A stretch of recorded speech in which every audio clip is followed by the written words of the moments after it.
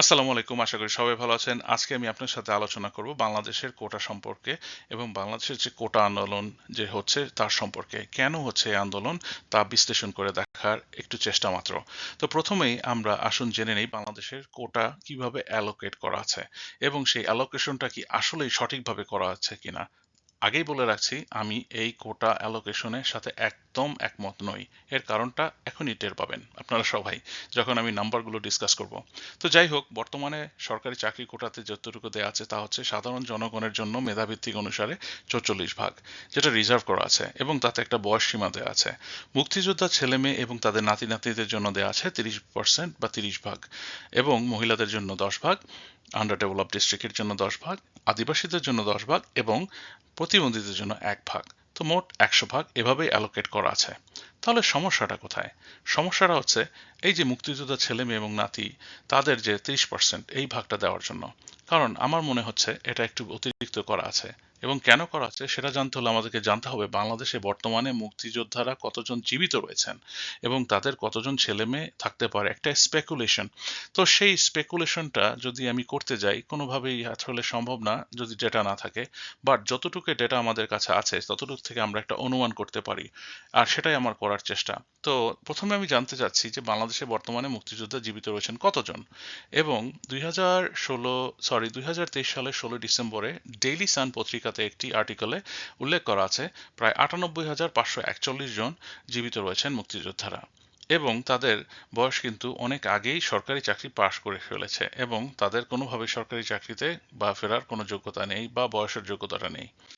এখন যদি আমরা একটা হাইপোথেটিক্যাল সিচুয়েশন ক্রিয়েট করি, আর এমন যদি হতো এই যে 98,541 জন মুক্তিযোদ্ধা রয়েছেন তাদেরকে 10 জন করে ছেলে মেয়ে দেই, তাহলে তাদের ছেলেমেয়ের মোট সংখ্যা দাঁড়ায় 9,85,410 জনে। এবং এই যে 9,85,400 জন ছেলে মেয়ে রয়েছেন তাদেরকে যদি আমি 10 জন করে ছেলে মেয়ে দেই, তাহলে তাদের ছেলেমেয়েদের সংখ্যা মোট দাঁড়ায় 98,54,100 জনে। ঘটনাটা কি বুঝতে পেরেছেন? আমি 10 জন করে দিচ্ছি, একটু বিলাসিতাই করলাম এখানে। আসলে এটা কিন্তু অনেক বেশি।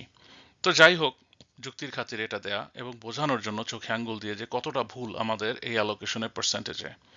এখন এরা যদি ধরে নিলাম সবাই বেঁচে আছে, মুক্তিযোদ্ধা যারা আছেন 98,541 জন, তারা বয়সের সীমাতে আছেন, তারা চাকরির বয়সের সীমাতে আছেন, তাদের ছেলেমেয়েরাও চাকরির বয়সের সীমাতে আছেন এবং তাদের নাতি নাতনিরাও চাকরির বয়সের সীমায় আছেন এবং তারা সবাই বেঁচে আছেন, তাদেরকে একত্রে করলে 1,09,38,051 জনে দাঁড়ায়। আর এই 1,09,38,051 জন যদি মোট জনসংখ্যা 17,29,00,000-এর মধ্যে পার্সেন্টেজ করা হয়, তাদের অনুপাত দাঁড়ায় 6.32%। তার মানে 6.32% তাদের জন্য কোটা হওয়া উচিত ছিল, কিন্তু বর্তমানে তা আছে 30%-এ। আবারও বলছি, এই যে 6.32% আমি বলছি সেটাও একটা বিলাসিতা মাত্র, কারণ এতগুলো হয় না। কারণ 10 জন করে কারো ছেলে মেয়ে নেই, তারপরেও দিয়ে রাখলাম। তারপরেও সমস্যা হচ্ছে যে 30% এখানে। এর জন্যই এই আন্দোলন হচ্ছে, এর জন্যই এই সমস্যা।